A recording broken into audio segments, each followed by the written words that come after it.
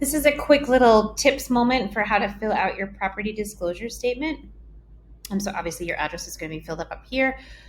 Basically what you're looking at is, obviously answer all these questions completely and honestly as you can. The whole point of this disclosure is to actually keep you out of hot water. So if you disclose something that was wrong and that you've remedied, or that is currently wrong, or something that's not working the way that it should, that means that you have closed that door to liability, where the buyers can say, oh, well, they didn't tell us that this thing wasn't working properly.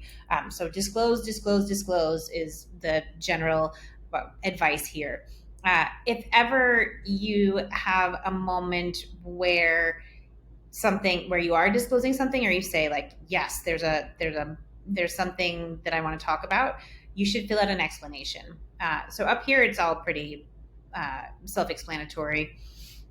Uh, Item of note: if your home was built before 1978, we will need a lead-based paint disclosure, and that's real important. So we'll pay attention to that. So then, in all of these sort of items and components here, has there been any settling? Blah blah blah blah blah. And how it's set up is that if you say yes, that means that maybe you've had a little bit of an issue, or there's something that's a little funny, and if you say no, then everything's been going as well as it can. If there's a yes anywhere in these columns, go ahead and write an explanation, even if it's, we had a problem in 2010, we fixed it, we haven't had a problem since.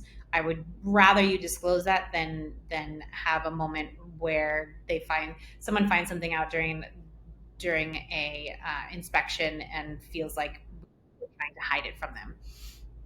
Uh, please complete this form fully and completely. So if you don't know the answer to one of these questions, again, let's throw it in the explanation section.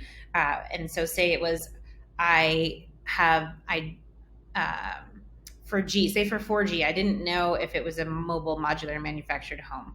I could say 4G, don't know the answer.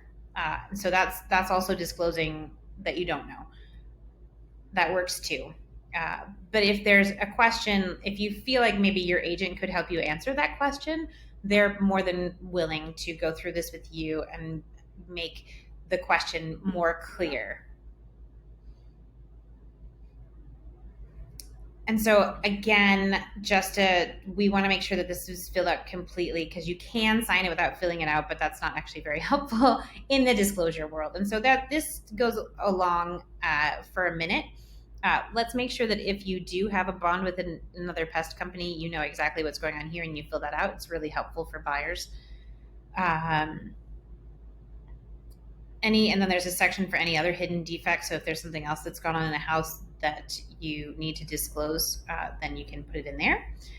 And then additional explanations if there's anything else going on that you need to add. And then there's this page, which tells you basically what's going to happen to all of these things in your home. So in bold and high and capital letters, the items on the checklist below that are checked or marked shall remain with the property. So anything that you check box will remain with the property. Things that you don't check will not remain with the property. Now, if there's something that you have in your house that is movable, and you plan to take, but maybe it's not on here, maybe that's a Ring camera, maybe it's a security camera, something like that, I would go ahead and throw in a clarification down here at the bottom. And then also it says regarding multiple items. So say you have a refrigerator in the kitchen that's staying, but you're taking the fridge that's in the garage, you should clarify it there. And then there's a section here for items needing repair. So say that refrigerator in the garage doesn't work and you want to leave it, you would say it right here. The item in the refrigerator in the garage doesn't work, and you would make sure here that you said both refrigerators are staying in the property. And then back down here, you sign your name under seller's signatures, and that's it.